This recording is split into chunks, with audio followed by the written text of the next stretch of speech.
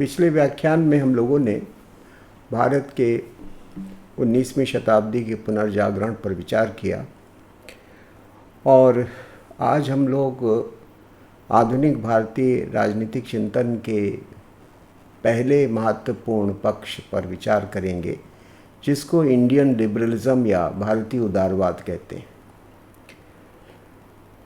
हम लोग जानते हैं कि भारत में इंग्लैंड के साम्राज्य की स्थापना हुई। न केवल उन्होंने हमारे देश के ऊपर अपना साम्राज्य स्थापित किया, वरन वे अपनी विचारधारा के साथ आए और उन्होंने इस देश की संपूर्ण व्यवस्था को उस विचारधारा पर आधारित करने का कार्य किया, और वो विचारधारा है उदारवाद या लिबरलिज्म, जिसका कि प्रारंभ मोटे तौर से जॉन लॉक से माना जाता है। और इंग्लैंड के अनेक विचारक जैसे कि लॉक हैं या बेंथम हैं, जे.एस. मिल हैं या टी.एच. ग्रीन हैं, ये सब उदारवाद के प्रमुख प्रतिपादक रहे। और इस विचारधारा का जो मूल तत्व है वो ये कि ये मनुष्य को बुद्धिवादी यानी रेशनलिस्ट दृष्टि से देखती है, व्यक्ति को साध्य मानती है, राज्य को साधन मानती है, और इसलिए राज्य के सीमित कार्यक्षेत्र की प्रतिपादक है। व्यक्ति के संपत्ति के अधिकार को बहुत महत्व देती है और धर्म और राज्य के पृथक्करण का प्रतिपादन करती है। स्टेट और चर्च के सेपरेशन की धारणा का प्रतिपादन करती है। मोटे तौर से ये उदारवादी विचारधारा की मुख्य मान्यताएं। भारत में जब ब्रिटिश शासन स्थापित हुआ तो उन्होंने अपनी शिक्षा प्रणाली भी स्थापित की। ऐसा माना जाता है कि 1834 से भारत में जो ब्रिटिश शिक्षा प्रणाली थी उसका प्रचलन प्रारंभ हुआ।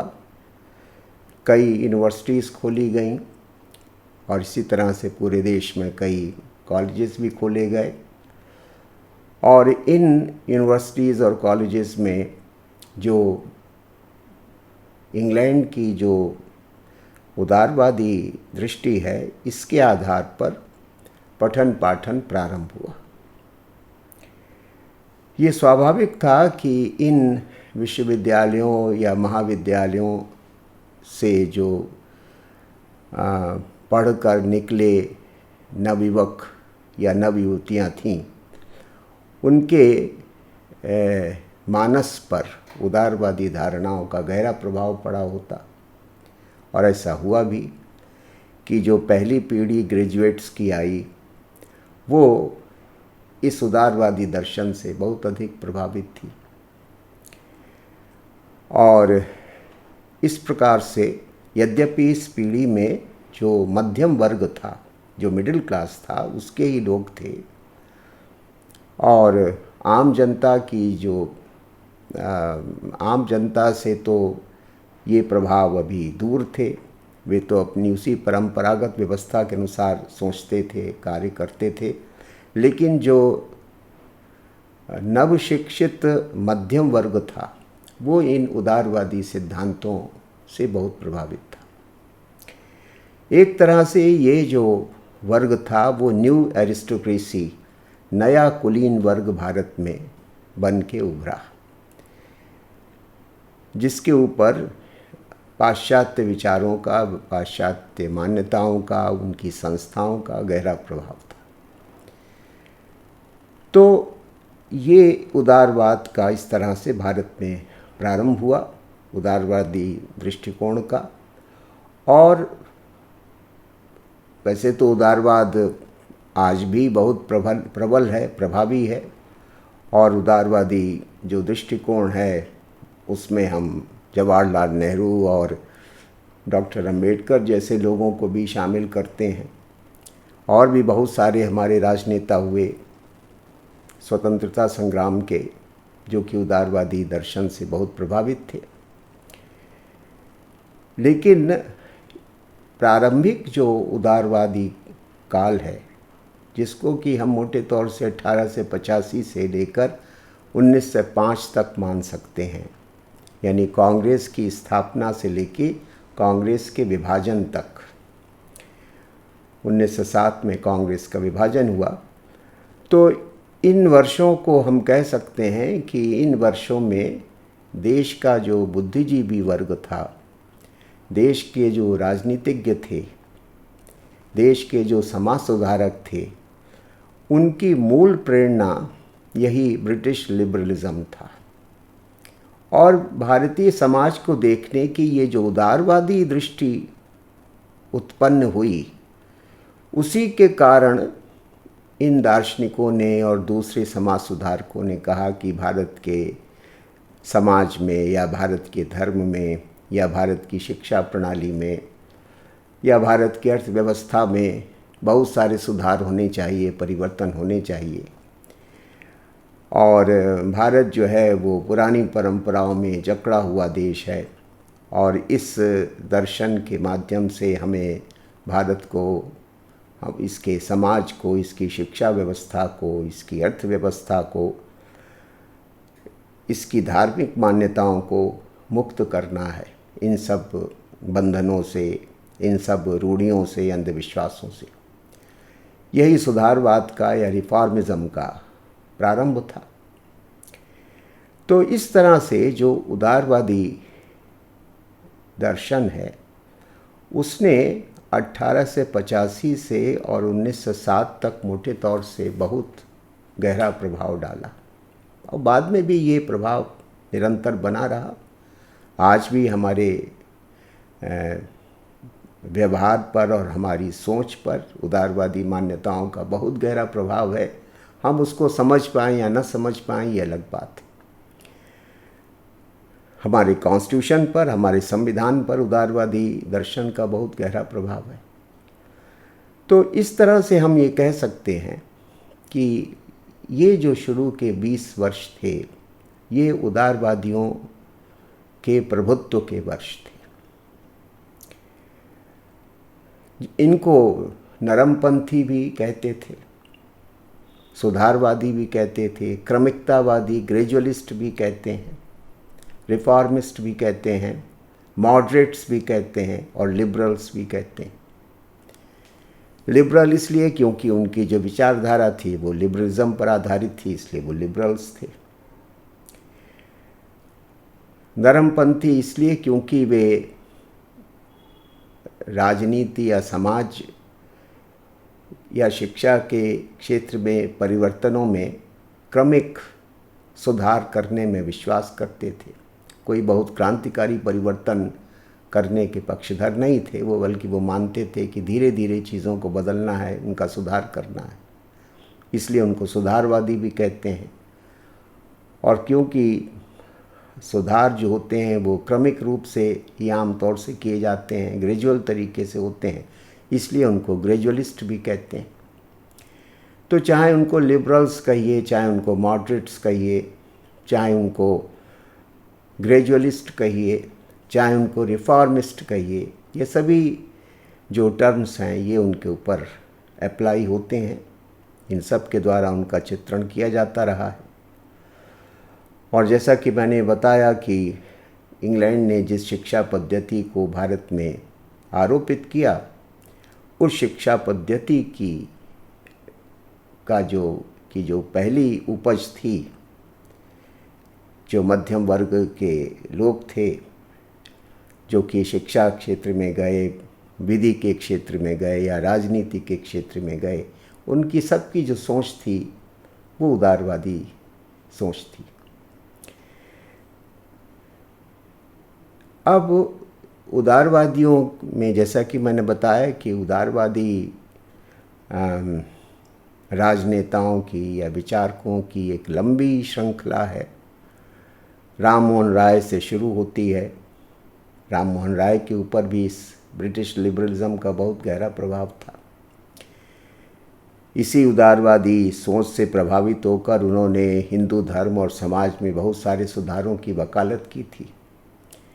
फिर बंगाल में ही एक अन्य दार्शनिक या विद्वान हुए, जैसे कि ईश्वर चंद्र विद्यासागर या केशव चंद्र सेन। दूसरा या सुरेंद्रनाथ बनर्जी, SN बनर्जी, जो कि कांग्रेस के एक बहुत बड़े नेता थे। और कांग्रेस पार्टी में तो जितने भी बड़े राजनेता उस समय के थे वे सभी सुधारवादी थे, यानी उदारवादी थे, जैसे कि दादा भाई नौरोजी,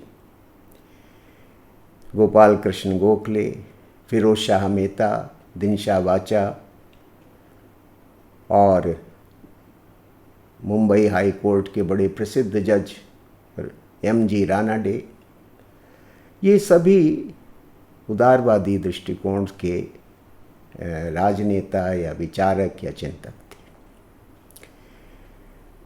तो इसलिए और बाद के वर्षों में भी ये दृष्टिकोण चलता रहा, और जैसा कि मैंने बताया आज तक ये दृष्टिकोण काफ़ी प्रभावी है। अब ये जो लिबरल फेज़ है, जो उदारवादी चरण है भारतीय राजनीतिक चिंतन में, आधुनिक भारतीय राजनीतिक चिंतन में, हमें उसकी कुछ वैचारिक आधारों के ऊपर विचार करना है कि ये जो इंडियन लिबरलिज्म जिसको कहा जाता है, इसके आइडियोलॉजिकल फाउंडेशंस या इसकी थ्योरेटिकल फाउंडेशंस क्या हैं, इसके वैचारिक आधार क्या हैं, इसको हमें समझना है। तो जैसा कि मैंने कहा, भारतीय उदारवादी जो विचारक थे या राजनेता थे, वे भी उदारवाद के मूलभूत सिद्धांतों में पूरा विश्वास करते थे। व्यक्ति की महत्ता को स्वीकार करते थे, उसकी स्वतंत्रता को बहुत महत्व देते थे। विधि के शासन की धारणा के वे प्रबल पक्षधर थे, रूल ऑफ लॉ के। न्याय यानी जस्टिस के बड़े प्रबल पक्षधर थे। और सुधार, जीवन के विभिन्न क्षेत्रों में सुधार की आवश्यकता है, क्योंकि वो बुद्धिवादी दृष्टि से समाज को देखते हैं, तो उनको जो कुछ भी बुराइयां नज़र आ रही थीं उन सब में वो सुधार करना चाहते थे। तो इसलिए सुधारों पर उनका बहुत बल था, रिफॉर्म्स के ऊपर। तो ये जितने भी मूलभूत विचार हैं जो कि पश्चिमी उदारवाद से या ब्रिटिश लिबरलिज्म से निकलते हैं, उनको हमारे सभी विचारकों और राजनेताओं ने स्वीकार किया था।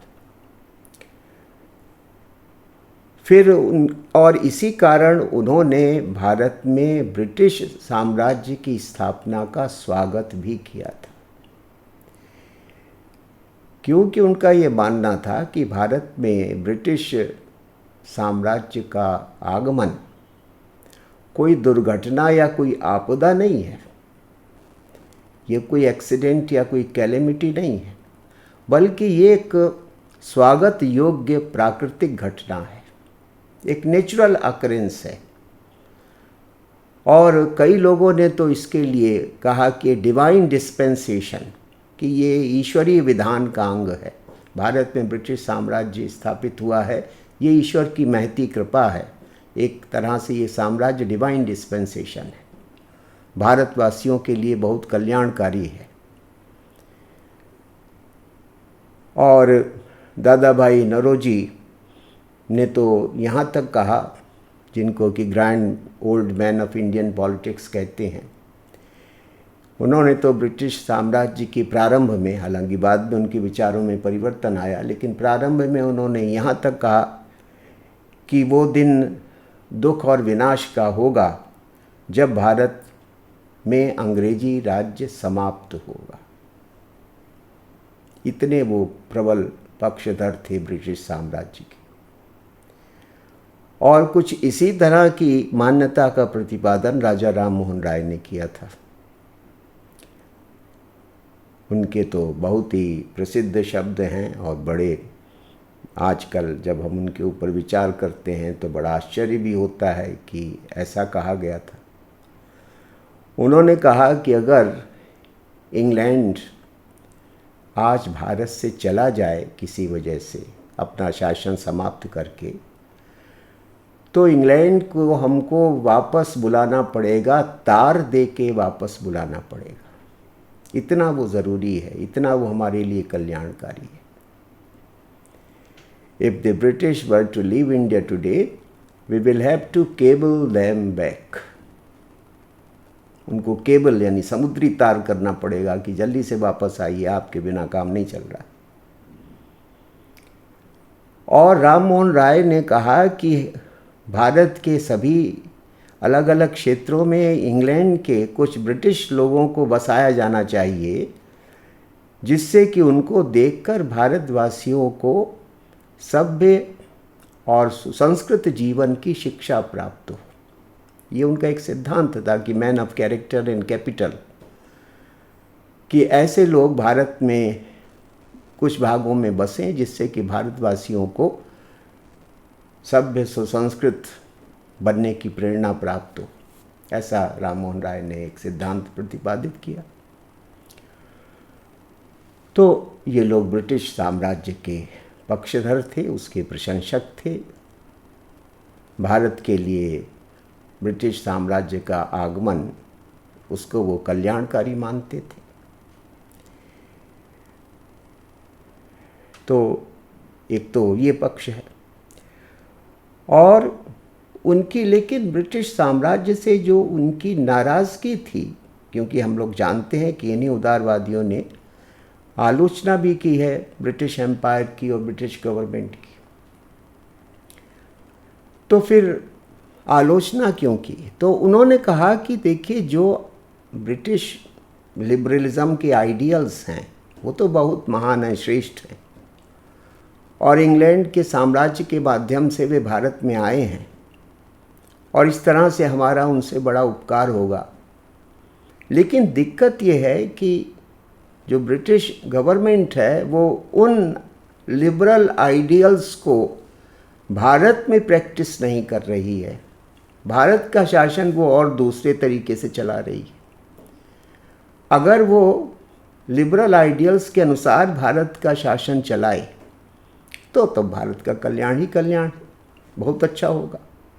लेकिन यहाँ पर जो सरकार है, और सरकार से ज़्यादा जो यहाँ की नौकरशाही है, वो उन आइडियल्स के अनुसार भारत का शासन नहीं कर रही है, बल्कि उसके बिल्कुल विरुद्ध जाके भारत का शासन संचालन कर रही है। इसलिए भारत का अहित हो रहा है, भारत की दुर्गति हो रही है, क्योंकि ब्रिटिश गवर्नमेंट अपने ही लिबरल आइडियल्स को किनारे रख के भारत का शासन कर रही है। इसलिए हम ब्रिटिश गवर्नमेंट के आलोचक हैं, ये उनका कहना था।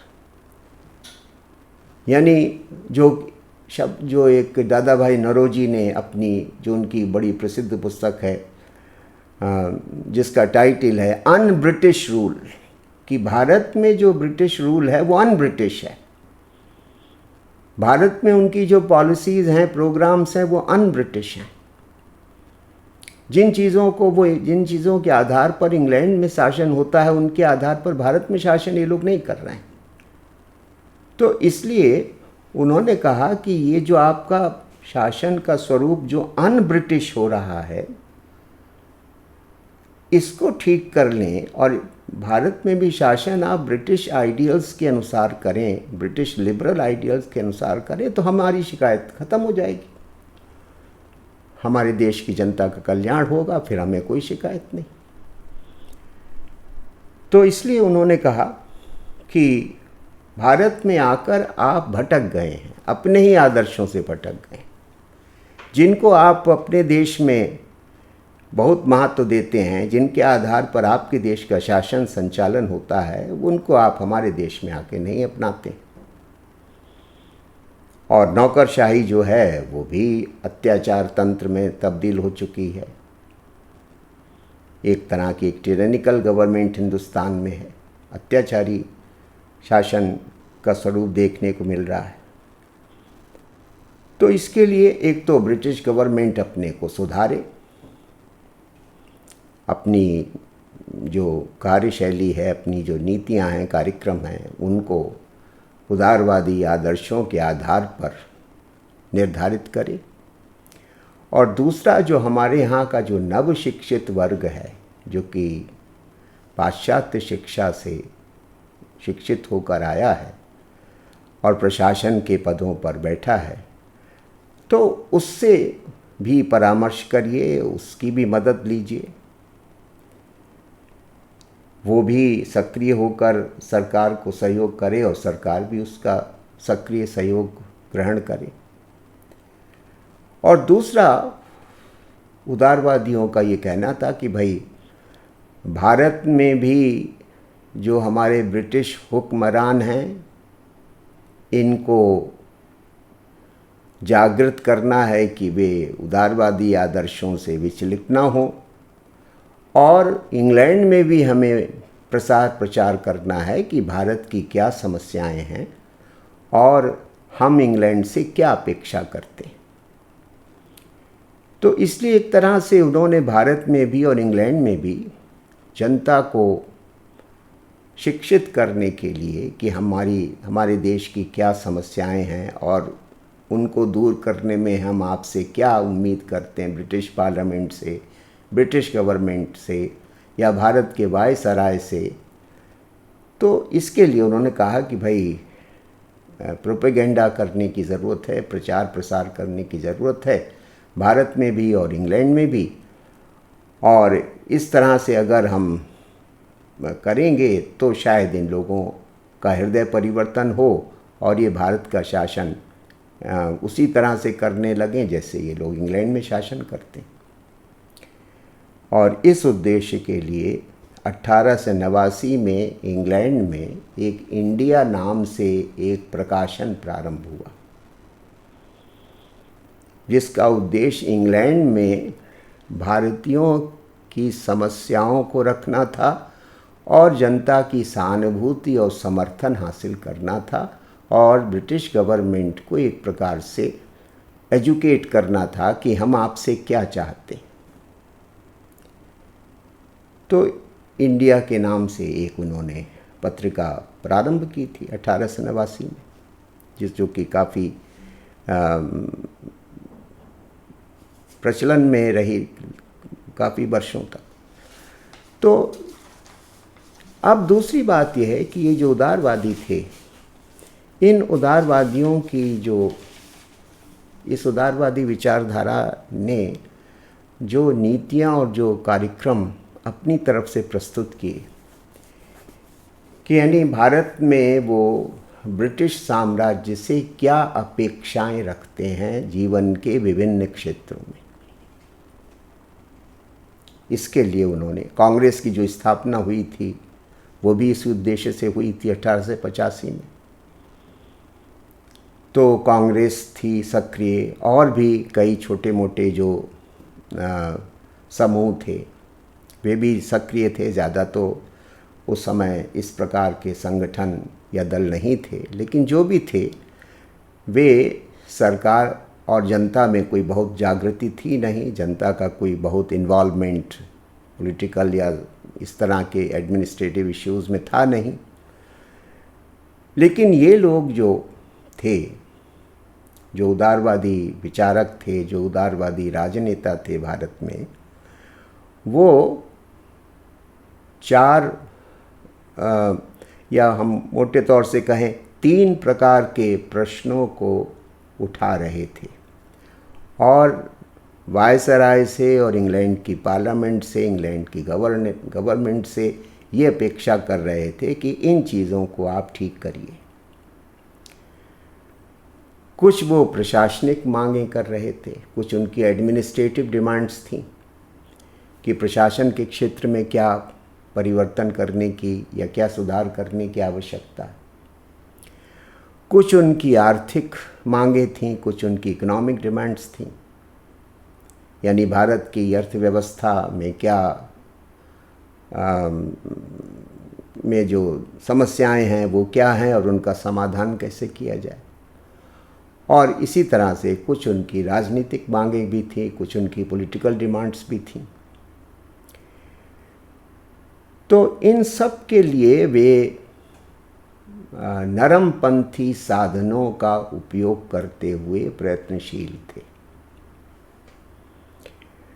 अब जैसे प्रशासनिक मांगें उनकी क्या थी, उनका ये कहना था कि क्योंकि ये बात सभी जानते हैं कि जब भारत में जब 1858 में इंग्लैंड ने सीधे भारत का शासन अपने हाथ में लिया,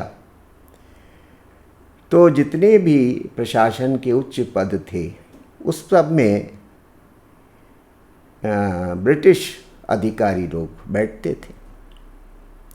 निचले पदों पर भारतीय रखे जाते थे, लेकिन उच्च पदों पर सभी ब्रिटिश ऑफिसर्स होते थे जो कि आईसीएस की परीक्षा पास करके इंग्लैंड से भारत में आते थे।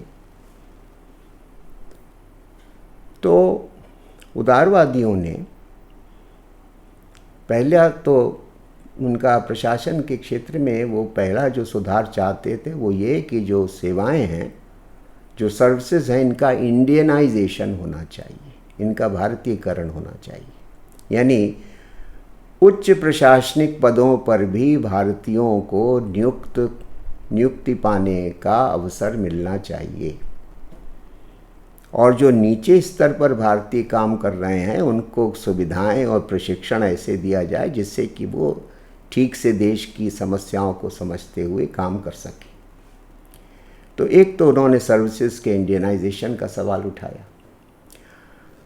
हम लोग जानते हैं कि उस समय आईसीएस की जो परीक्षा होती थी, इंडियन सिविल सर्विस की परीक्षा, जिसमें कि प्रशासनिक अधिकारी चुने जाते थे, वो परीक्षा इंग्लैंड में होती थी, उसका कोई सेंटर भारत में नहीं होता था। और दूसरी, आयु सीमा 19 वर्ष की थी, अधिकतम आयु सीमा। लिहाजा किसी भी भारतीय के लिए संभव नहीं, चाहे वो कितना भी प्रतिभाशाली हो, कि इस परीक्षा में बैठ सके या उसको क्वालिफाई कर सके। कुछ लोगों ने किया, 2-4 लोगों ने, लेकिन सामान्यतः उनकी भारतीय नवयुवकों की पहुंच से बाहर था। तो इन लिबरल्स ने कहा कि भाई एक तो आयु सीमा बढ़ाइए, क्योंकि हमारे यहाँ हमारे समाज में अभी नई शिक्षा जो आई है आपकी, इसको ग्रहण करने में भारतवासी अभी शुरुआत कर रहे हैं, और 19 साल तक आते आते वो ग्रेजुएट नहीं हो सकते हैं, संभव नहीं है उनके लिए, जो उसकी मिनिमम क्वालिफ़िकेशन थी। तो इसलिए आयु सीमा बढ़ाइए, और दूसरा, इस परीक्षा को भारत में भी आयोजित करने का काम प्रारंभ करिए। इंग्लैंड में होती है वो तो ठीक है, लेकिन भारत में भी सेंटर्स होने चाहिए। और जैसा मैंने कहा, दूसरी बात यह कि जो निचले स्तर पर तो सब भारतीय लोग ही हैं, लेकिन उनको अवसर, उनको ठीक से ट्रेनिंग मिले, उनको सुविधाएं मिलें, उनकी राय ली जाए, उनकी जिम्मेदारी तय की जाए, उनके साथ साथ उनको जो राइट्स हैं वो भी दिए जाएं, जिससे कि वो ठीक से काम कर सकें। तो प्रशासन के क्षेत्र में तो उनका कहना ये था कि इस प्रकार के सुधार करने की आवश्यकता है। अर्थव्यवस्था का क्षेत्र तो बहुत ही जटिल था, क्योंकि हम जानते हैं कि 19वीं शताब्दी में भारत की जो कृषि थी वो बहुत ही जर्जर अवस्था में थी, और उद्योग तो लगभग ना के बराबर थे, या उनका लगना शुरू ही हुआ था। ब्रिटिश एम्पायर के आने के बाद जो हमारे जो कुटीर उद्योग थे, या जो हमारी दस्तकारियाँ थीं, उनका बहुत नुकसान हुआ था। तो लोगों के सामने जीवन यापन का बहुत ही कठिन प्रश्न उत्पन्न हो चुका था, और इस प्रश्न को लेकर उस समय के बहुत बड़े बड़े राजनेता और विचारकों ने ग्रंथ लिखे थे। भारत की जो दुर्दशा थी, जैसा कि मैंने बताया कि दादा भाई नौरोजी ने लिखा ग्रंथ इसके ऊपर। आरसी दत्त, जो कि बहुत बड़े अर्थशास्त्री थे, उन्होंने भी इसी पक्ष को उठाया था कि अंग्रेज़ों के शासन में आने के बाद भारत की आर्थिक स्थिति कितनी दयनीय हो गई। इसी तरह से सुब्रमण्यम अय्यर ने भी भारत की आर्थिक दुर्दशा और अंग्रेज़ी शासन का क्या संबंध है, इसके ऊपर एक ग्रंथ की रचना की। एनी बेसेंट, जो कि एक बड़ी राजनीतिज्ञ थी उस समय, जो कि मूल रूप से इंग्लैंड की रहने वाली थी, उन्होंने तो कह ही दिया था, उनका वो कथन ही बहुत चर्चित हुआ था कि भारतवासियों का इतना दोहन हुआ है कि उनके शरीर में खून ही नहीं बचा और उनका शरीर ही सफ़ेद पड़ गया। India has been bled white. उस समय एक ड्रेन थ्योरी थी कि भारत का दोहन, भारत के संसाधनों का दोहन। तो एनी बेसेंट ने कहा कि इतना दोहन हुआ है कि भारतवासियों के शरीर में, भारत के शरीर में खून ही नहीं बचा, सफ़ेद पड़ चुका है। तो एक तो इन लोगों ने सैद्धांतिक स्तर पर आंकड़े देकर, विश्लेषण करके भारत की आर्थिक स्थिति का चित्रण किया और अंग्रेज़ों को बताया कि देखिए हमारी ये स्थिति है, हमारी कृषि बहुत बड़े मात्रा में लगान के कारण चौपट हो रही है, किसानों के पास है ही नहीं पैसा, लगान कैसे दें, इतना लगान लगता है, उनको कोई प्रोत्साहन नहीं, वो कर्ज में डूबे हुए हैं सेठ साहूकारों के। कृषि जो है उसमें, उसके तौर तरीकों में कोई सुधार, कोई परिवर्तन नहीं हो रहा है समय के हिसाब से। नमक जैसी अति आवश्यक चीज़ पर भी सरकार ने भारी कर लगा रखा है साल्ट टैक्स के नाम में। उद्योग धंधे भारत में है नहीं और इंडस्ट्रियलाइजेशन की प्रक्रिया शुरू हुई है, उसके कारण समाज में समस्याएं ज़्यादा पैदा हो रही हैं और इंडस्ट्री वगैरह कब लग पाएगी या उसके कब सकारात्मक परिणाम होंगे ये कहना मुश्किल है। भारत के सारे संसाधन, मटेरियल रिसोर्सेज सब इंग्लैंड ले जाए जाते हैं और वहाँ से उत्पादित चीज़ें हमारे मार्केट में बेची जाती हैं। जो फिनिश्ड प्रोडक्ट्स होते हैं वो हिंदुस्तान में बेचे जाते हैं और वहाँ हमारे जो तमाम संसाधन हैं उनका सबका दोहन होता है। तो भारत के लोगों के ऊपर ये दोहरी मार पड़ रही है। तो इसलिए इनको भारत में कृषि और उद्योग दोनों को संरक्षण देने की आवश्यकता है, प्रोटेक्शनिज्म जिसको कहा जाता है। जबकि इंग्लैंड की सरकार जो है वो फ्री ट्रेड की पॉलिसी को फॉलो कर रही है अर्थव्यवस्था के क्षेत्र में, जो कि भारत जैसे देश के लिए बिल्कुल अनुकूल नहीं है, बल्कि भारत के लिए विनाशकारी है। यानी भारत की संपदा से इंग्लैंड समृद्ध हो रहा है और भारत की संपदा के होते हुए भारत की स्थिति, आर्थिक स्थिति दिनों दिन खराब हो रही है, जिसका इन सब विद्वानों ने चित्रण किया अपने ग्रंथों में। तो इसलिए इन उदारवादियों ने, ख़ास तौर से राणा डे ने कहा कि भाई ये फ्री ट्रेड की पॉलिसी हिंदुस्तान के लिए कतई अनुकूल नहीं है। हिंदुस्तान के उद्योग धंधों को, हिंदुस्तान की कृषि क्षेत्र को प्रोटेक्शन की, सरकार के प्रोटेक्शन की, उनके इनकरेजमेंट की आवश्यकता है।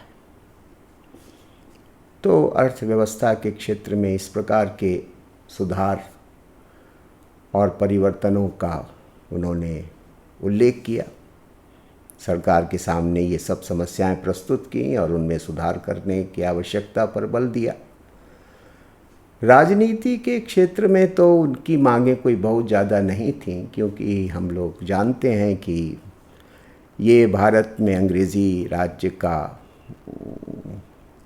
राज्य जो था अभी स्थापित ही हुआ था और भारतवासियों में राजनीतिक चेतना का लगभग अभाव ही था।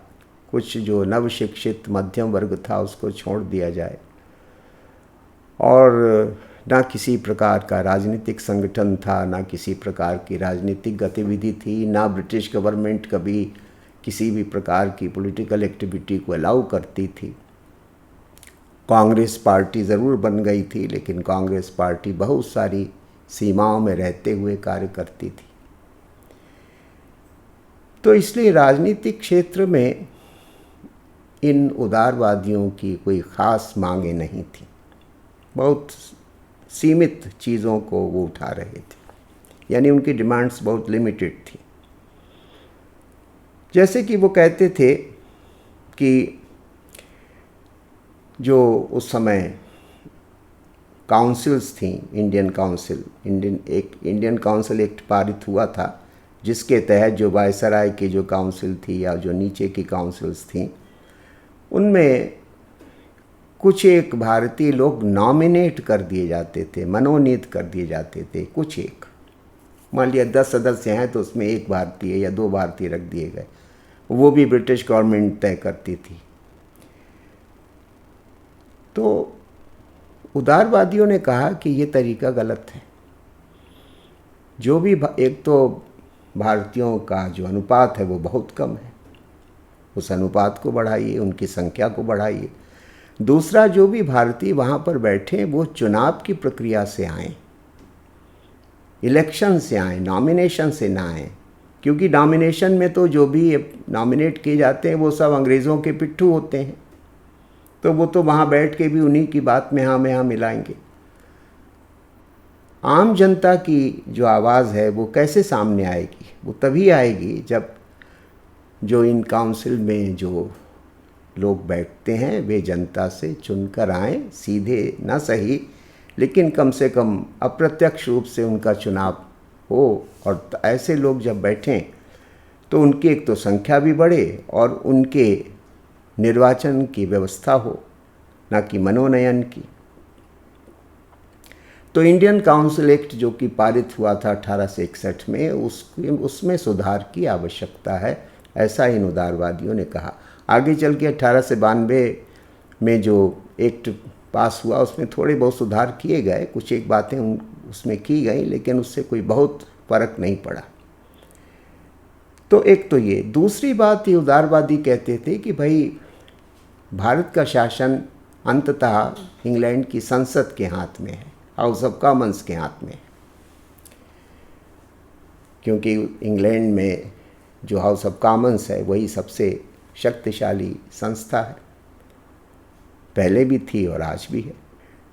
तो हाउस ऑफ कॉमन्स में एक स्टैंडिंग कमेटी, एक स्थायी समिति बननी चाहिए उसके कुछ सदस्यों को लेकर, जिसके सामने यहाँ के जो भारत के जो राजनेता हैं या जो विचारक हैं वे अपनी शिकायतें और समस्याओं को रख सकें। क्योंकि house of Commons highest body है इंग्लैंड की, इसलिए इस बात के लिए अवसर मिलना चाहिए भारतीयों को, उनके नेताओं को या उनके विचारकों और विद्वानों को, कि वो यहाँ के प्रश्नों और समस्याओं को उसके सामने रख सकें और फिर कॉमन सभा उसके ऊपर विचार करके जो भी भारत के हित में है वैसा निर्णय ले। तो एक तो उनकी मांग ये थी कि हाउस ऑफ कॉमन्स में एक स्टैंडिंग कमेटी होना चाहिए इंडियन अफेयर्स को लेकर। फिर उनका ये कहना था कि भाई ब्रिटिश एम्पायर जो है, वैसे तो लिबरलिज्म में लिबर्टी को बहुत बड़ा स्थान दिया गया, एक तरह से साध्य ही माना गया, लेकिन हमारी जो सिविक लिबर्टीज़ हैं उनके ऊपर हमेशा खतरा मंडराता रहता है। सरकार जब चाहें जो कानून पास कर देती है और हमारी विभिन्न प्रकार की जो सिविक लिबर्टीज़ हैं उनको काट छांट देती है या उनको प्रतिबंधित कर देती है। दृष्टांत भी दिए कि देखिए, जैसे कि वर्नाकुलर प्रेस एक्ट पास हुआ, उसके द्वारा प्रेस और अभिव्यक्ति की स्वतंत्रता के ऊपर तमाम बंधन लगा दिए गए, एक तरह की सेंसरशिप आरोपित कर दी गई। सेडिशन एक्ट पास करके, देशद्रोह कानून पास करके आपने ऐसा कानून पास किया कि किसी भी हिंदुस्तानी को पकड़ के आप जेल में डाल सकते हैं अनिश्चित काल के लिए, उसके ऊपर देशद्रोह का आरोप लगा के, राजद्रोह का आरोप लगा के। तो सेडिशन एक्ट आपने पास कर रखा है। ऑफिशियल सीक्रेट्स एक्ट आपने पास कर रखा है। इस तरह से आपने ये सब जो कानून बनाए हैं ये हमारी सिविल लिबर्टीज़ को बहुत नुकसान पहुंचाते हैं, हमारी नागरिक स्वतंत्रताओं के लिए एक निरंतर खतरा उत्पन्न करते हैं। तो आप या तो इन कानूनों को समाप्त करिए या इनमें संशोधन करिए, और जो अधिकारी वर्ग है उसको निर्देश दीजिए कि इन कानूनों का सोच समझ के और ईमानदारी से पालन करें। ये अत्याचार के उपकरण ना बनने पाए जैसा कि वो बन गए। तो ये भी उन्होंने, तो इस तरह से उन्होंने प्रशासन के क्षेत्र में, अर्थव्यवस्था के क्षेत्र में और राजनीति के क्षेत्र में इन सुधारों का पक्ष पोषण किया। और इसके लिए समय समय पर वो जनसभाएं करते थे, पब्लिक मीटिंग्स करते थे, सरकार के सामने याचिकाएं प्रस्तुत करते थे, पिटीशंस प्रस्तुत करते थे। कभी कभी वो इंग्लैंड भी जाते थे पिटीशंस लेकर, जब उनको लगता था कि यहाँ की सरकार ध्यान नहीं दे रही। वो जो सुप्रीम काउंसिल थी, जो वायसराय की परिषद थी या जो दूसरी परिषदें थीं, उसमें वो भाषण करके भारतीयों का पक्ष रखते थे, सरकार की आलोचना करते थे। समाचार पत्र थे उस समय के, जैसे कि सुरेंद्रनाथ बनर्जी ने बंगाली के नाम से एक समाचार पत्र निकाला था, सुब्रमण्यम अय्यर ने हिंदू के नाम से, गोखले सुधार के नाम से एक समाचार पत्र निकाल रहे थे। बाद में लोकमान्य तिलक ने मराठा और केसरी निकाला। तो इन समाचार पत्रों के माध्यम से वे सरकार के अनुचित कार्यों और नीतियों का विरोध करते थे और जन जागरण का काम करते थे। तो इस तरह से जो उदारवादी थे वे अपनी मांगों को, अपनी नीतियों और कार्यक्रमों को आगे बढ़ाने का काम करते थे, लेकिन कभी कोई एक्सट्रीम एक्शन उन्होंने नहीं लिया ना। तो इसलिए वो साध्य की दृष्टि से भी नरम थे और साधनों की दृष्टि से भी नरम थे। उनका साध्य रिफॉर्म था, ग्रेजुअल रिफॉर्म, राजनीति के क्षेत्र में, प्रशासन के क्षेत्र में, अर्थव्यवस्था के क्षेत्र में। और उसके लिए वो जनता को एजुकेट करना, सरकार के सामने पिटीशन करना, अपनी कंप्लेंट रखना, इंग्लैंड में जाके गवर्नमेंट के सामने भारत की स्थिति को रखना या इंग्लैंड की जनता को जागृत करना कि भारत में क्या हो रहा है। ये सब जो मॉडरेट मीन्स थे, जो नरमपंथी तौर तरीके थे, उनसे वो कार्य करते थे। तो एक पक्ष तो जो उदारवादी विचारधारा है जो कि भारत में आई 19वीं शताब्दी के अंत में, उसका ये है। अब हम लोग इस उदारवादी विचारधारा के, भारतीय उदारवादी विचारधारा के अंतर्गत, वैसे तो जैसा कि मैंने बताया कई विद्वान हुए, कई विचारक हुए। अगर हम सिद्धांत की दृष्टि से देखें, थ्योरेटिकली देखें, ज़्यादातर लोग तो लीडर्स थे, पॉलिटिक्स में काम करते थे, जिसको आजकल की शब्दावली में एक्टिविस्ट कहते हैं।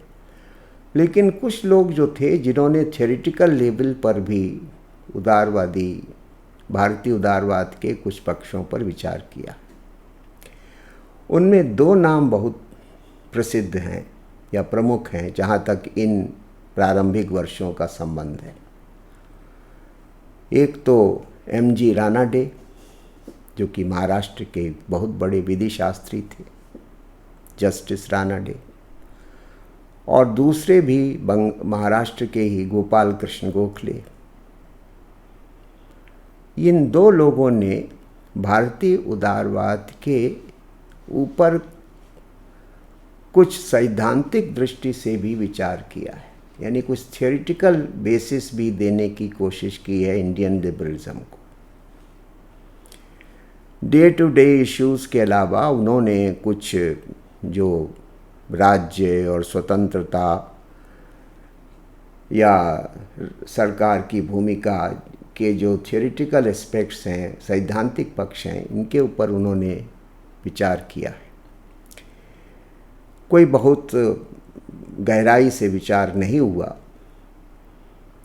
क्योंकि उदारवादी विचारधारा का अभी अभी अभी ही भारत में आगमन हुआ था, और यद्यपि रानाडे और गोखले दोनों उच्च शिक्षित राजनेता थे, विचारक थे, लेकिन फिर भी उन्होंने, जैसे कि लॉक वगैरह जो कि ब्रिटिश लिबरल स्कूल को बिलोंग करते हैं, उस तरह से कोई बहुत सैद्धांतिक ग्रंथों की रचना नहीं की।